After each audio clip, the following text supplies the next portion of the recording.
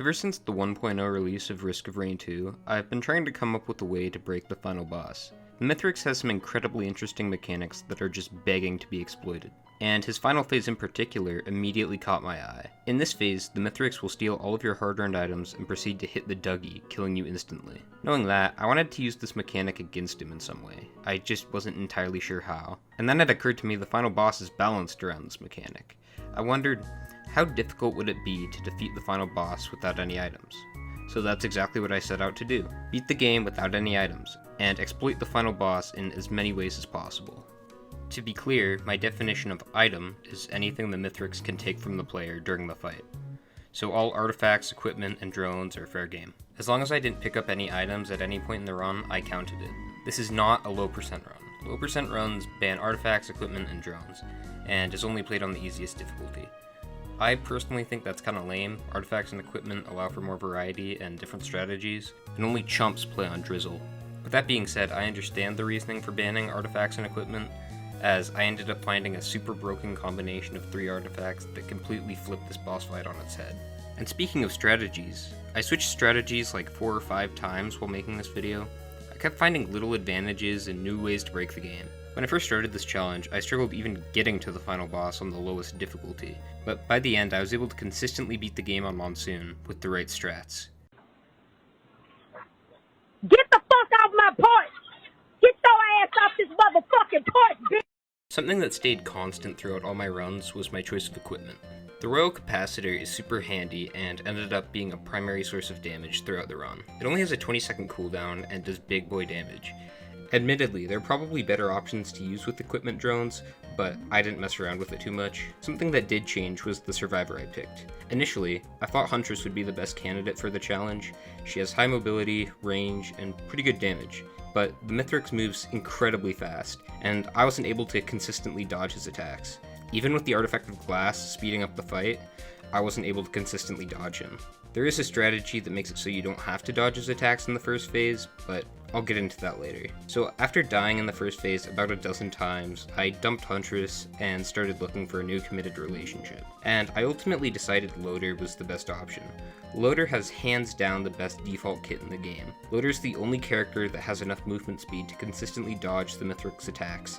She also has the second best health in the game, plus immunity to fall damage. I practiced this fight a lot, and in the process I found a bunch of poopy strats to bamboozle the Mithrix and break this fight in multiple ways. Do the Mario! Before the fight even begins, it's possible to skip most of the moon stage with Loader. If you build up enough momentum, it's actually possible to cut the corner here and skip the majority of the path. Since Loader has immunity to fall damage, this really has no negative consequences, other than skipping the best track in the game. This only works because the teleport barrier is so low to the ground here. But I don't think this is intended, because the same strategy can be used to skip the entire escape sequence after beating the boss. Going on to the fight, the first phase took me a while to get the hang of. This phase can get very complicated very fast. The player is at numerous disadvantages that should be taken into consideration, but there are 2 fundamental challenges in this fight. By far the hardest part of this phase is the lack of movement options from the player. The reason I picked Loader in the first place was because she had the best movement in the game. The Mithrix moves really fast and is way harder to dodge on the other survivors. The other big issue is the player's inability to do damage. Since Loader is a melee survivor, her primary attack is really risky to use, due to the fact it's possible to die rapidly in 2 hits. And Loader's special ability is basically a glorified back massager, which leaves the Gauntlet and Royal Capacitor as the only sources of damage, both of which are really easy to miss. If he teleports away during the Gauntlet attack, it usually ends up with the Mithrix behind the player and puts them at an immediate disadvantage. The Royal Capacitor is even easier to miss. If the Mithrix moves at all during this attack, it will miss 90% of the time. It can also be really difficult to determine when he's actually stopped or is just pausing for a second. The Royal Capacitor also has a 20-second cooldown, so missing the shot here really sucks. Luckily, there is a really easy way to deal massive amounts of damage, making most of what I just said obsolete. Something I actually didn't know until making this video was that enemies can take fall damage, including the Mithrix. Additionally, they are affected by the Artifact of Frailty, which doubles fall damage. And because Loader already has immunity to fall damage, there are no negative repercussions. If you're interested in the setup, just stand where I'm standing, either on the left or right side of the ramp, and just wait until he does the move where he goes to the center of the stage and charges at you. Keep in mind, he does have to be damaged a bit in order for him to do this move. This doesn't work 100% of the time, and in some cases can end up killing the run, but it is fairly consistent. And without the strategy, this phase would take way longer. Saving time is good on multiple fronts. It not only makes the rest of the fight way easier, as 10 minutes of Monsoon difficulty scaling makes a huge difference, but it also allows for more attempts should something go wrong. These cartoons are some of the best animation of the golden era. Phase 2 is a bit harder. It starts with these massive pillars coming out of the ground, then a bunch of flying flipties and a bunch of grounded flimbos spawn. I refuse to call them by their actual names because flipties and flimbos are way more poggers. I had to shoot myself just for saying that. I like fighting the flying flipties first because they're much harder to dodge. Standing on top of these pillars groups them up and they usually can't hit you while you're up there. Grouping them up serves multiple purposes. It allows for attacks on multiple enemies at once. Both the Gauntlet and Royal Capacitor can hit multiple targets if they're close enough together. It also makes dodging them a lot easier when they move as a unit. They do deal a lot of damage, so it's important to always have some form of cover nearby. After that, the grounded flimbos are pretty simple. Their shots are pretty easy to dodge, and the grapple ability stuns them and also prevents them from shooting. It's a pretty simple phase. I couldn't find a way to exploit it in any major way. They have a lot of health, so it's important not to get greedy with damage. I've died here multiple times just from being stupid, but as long as I took my time, I didn't have any problems. And we are live here tonight on Days on Day Games. Phase 3 is by far the hardest part of this fight. Almost everything I said about Phase 1 also applies here, except it's way harder. There's a few key differences between Phase 1 and 3 that make this fight a lot more challenging. The first is the Mithrix's behavior itself. The Mithrix is significantly more aggressive this time around. He attacks a lot more frequently and is a lot harder to hit. He can also summon flipties and flimbos to fight alongside him. These suck. I didn't even bother killing them, because by the time I was able to eliminate one, 3 more would spawn. And on top of that, the fall damage strat from the first phase doesn't work here. Well, it does, but it requires a different setup. The way it works is you have to be in the middle of the ramp to the left or right. You then have to jump off right when he's in the middle of the ramp.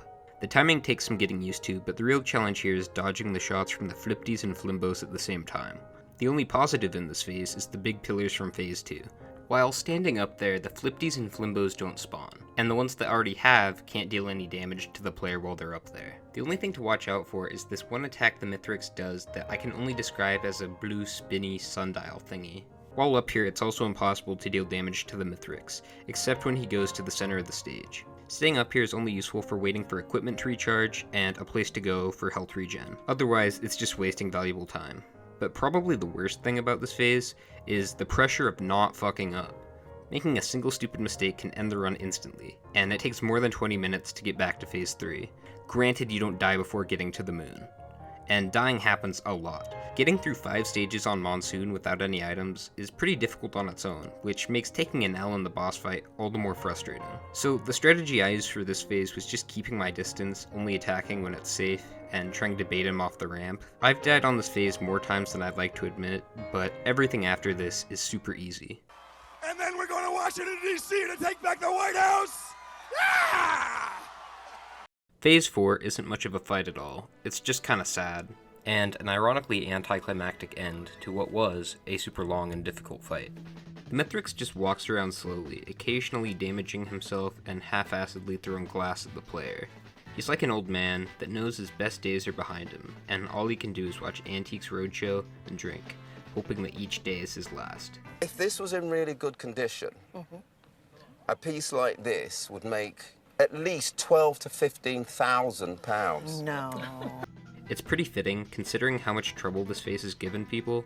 It only takes a couple shots of the Royal Capacitor to put him out of his misery. And like I said before, the escape sequence can be skipped with loader just by swinging over to it. And that's it. Kill boss, get in the ship, roll credits. I would say this is a fairly difficult challenge, except it isn't. This challenge can be beaten without even fighting the final boss. Like I teased earlier in the video, there's a super broken strategy that makes all of my planning and testing in vain. I've already talked about how the Artifact of Frailty can make the Mithrix take massive amounts of damage for free.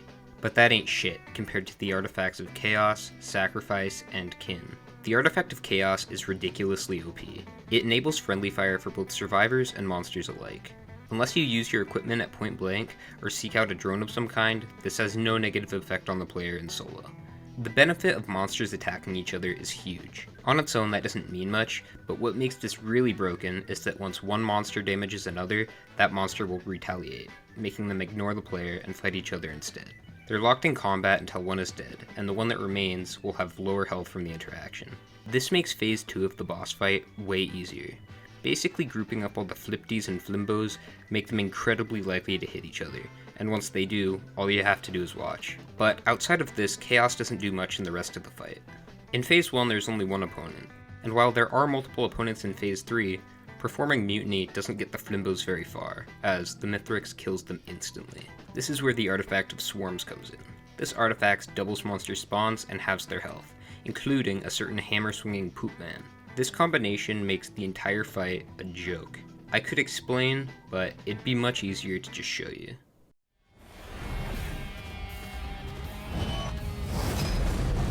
Who are you? Get out! How dare you come down here and do this?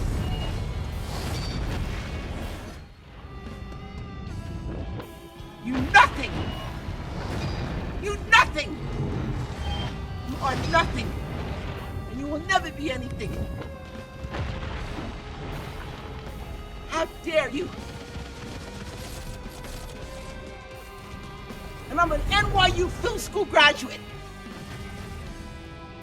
Sucker!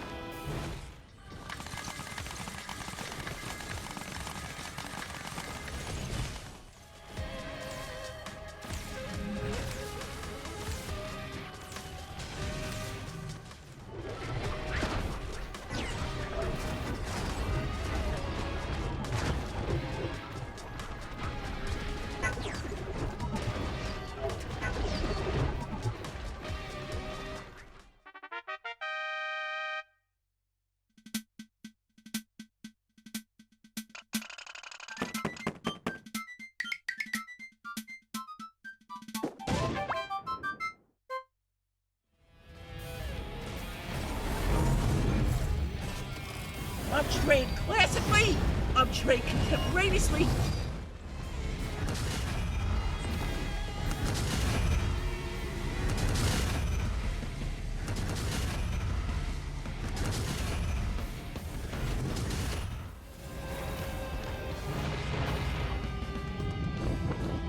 You disgrace! You are everything that's gone wrong in this world! The Artifact of Kin doesn't do anything in the boss fight, but it does make getting there way easier. I didn't really show it in the video, but a lot of the time spent doing this challenge was just trying to get past the first 5 stages. Monsoon without any items is pretty rough. The lack of movement speed, damage, and health regeneration suck, but the worst thing about it was getting a Horde of Many boss fight on the 5th stage. Every time that happened to me, I reset. Getting multiple overloading mushrooms, brass contraptions, or elder Lumerians kills the run.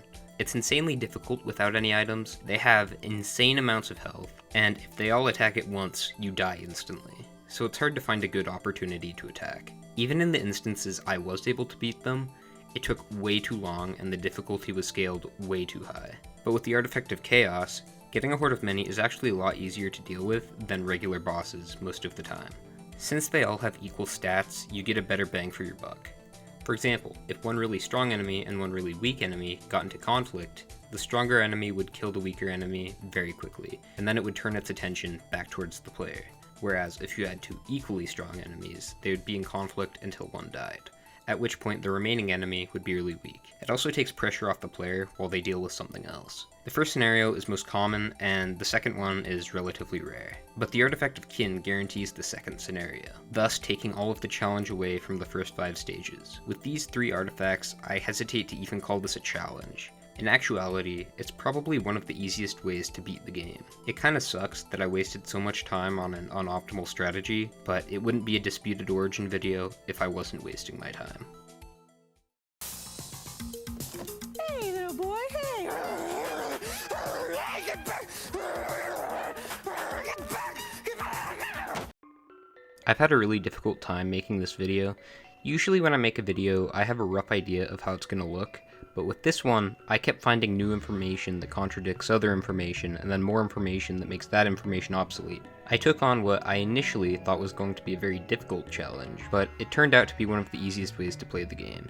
I rewrote the script for this video like 4 or 5 times just because I kept finding more stuff. If this video seemed a little bit off or just different from my other Risk of Rain videos, it's because this video was an experiment. I wanted to see if a run like this would work in this format, and I have mixed feelings about it. I won't bore you here, so check the description if you're interested. I'll also be sure to include any corrections or information I left out of the video. As always, constructive criticism is always appreciated, so feel free to leave a comment with your thoughts on the video. Like I said in the intro, my ultimate goal was to break the final boss as much as possible, and I think I've accomplished that, at least to some degree. If you enjoyed this video, please consider subscribing. It would really help me out, but please don't feel obligated to do anything. I also want to take a second to thank you guys for 5,000 subs. I can't understate how much it means to me and how much it's changed my life.